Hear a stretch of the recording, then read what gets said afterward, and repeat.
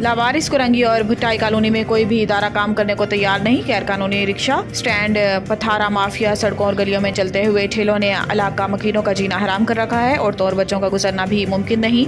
Zaman town police के मामलात में जहां जब ठेले वालों से मामला तय नहीं पाते तो रोज पुलिस ठेले वालों को उठाकर बंद कर देते हैं, लेकिन मामला तय हो जाने पर क्रॉसिंग से नासिर कॉलोनी जाने वाले रोड पर पत्थरों की रौनकें बहाल कर दी जाती हैं।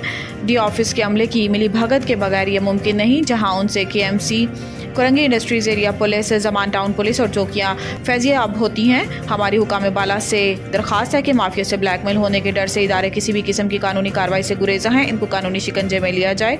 DIG ट्रैफिक और SSP कुरंगी से दरखास्त है कि हर सड़क से गुजरने वाले साहिबे अकल को दिखाई दे रहा है कि कब्जा माफिया कहाँ किस तरीके से लूटमार कर रहा है। मुतलका इदारों से दरखास्त है कि इसके खिलाफ कानूनी कार्रवाई अमल में लाई जाए।